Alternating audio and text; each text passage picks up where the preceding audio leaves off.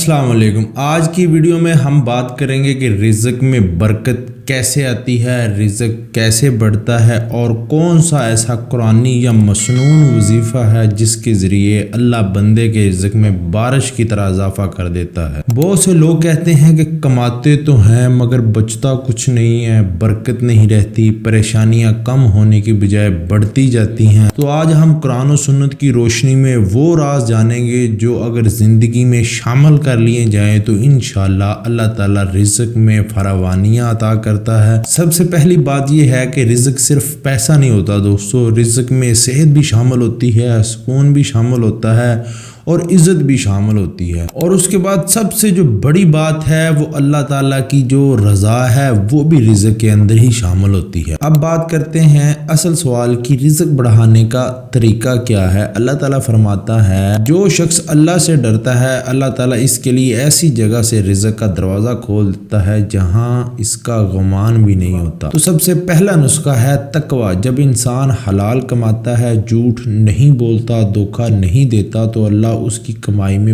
برکت ڈال دیتا ہے۔ حلال رزق تھوڑا بھی ہو تو دوستو خوشی اور سکون لاتا ہے، اور حرام کمانے والا کروڑوں میں بھی بے سکون رہتا ہے۔ اور اس کے بعد بات کرتے ہیں وظیفے کی۔ بہت سے لوگ یہی پوچھتے ہیں کہ کوئی ایسا وظیفہ بتا دیا جائے جس سے رزق بارش کی طرح برسنے لگے۔ تو سب سے بڑا وظیفہ جو قرآن میں موجود ہے وہ ہے استغفار۔ حضرت نوح علیہ السلام نے اپنی قوم سے کہا تھا کہ اپنے رب سے استغفار کرو، وہ تم پر بارش برسائے گا، تمہیں مال دے گا، اولاد دے گا اور رزق میں فراوانیاں پیدا کرے گا۔ تو استغفار صرف گناہ معاف نہیں کرتا دوستو بلکہ رزق کا دروازہ بھی کھولتا ہے۔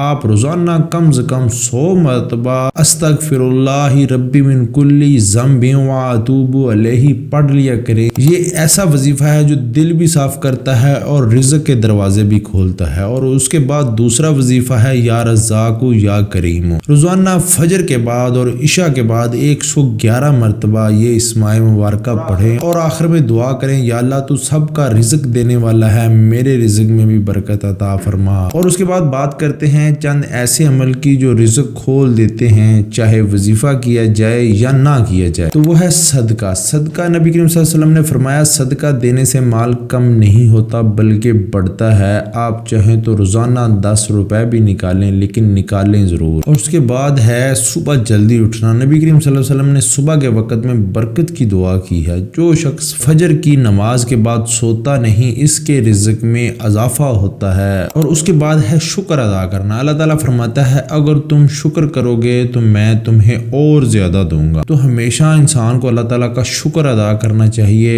اور والدین کی خدمت اور ان کی دعائیں لینی چاہیے۔ ماں کی دعا رزق کو کھول دیتی ہے، باپ کی رضا جو ہے وہ رزق کے دروازے کھول دیتی ہے۔ اور اس کے بعد جمعہ کو سورۃ کہف اور درود شریف کثرت سے پڑھا کریں۔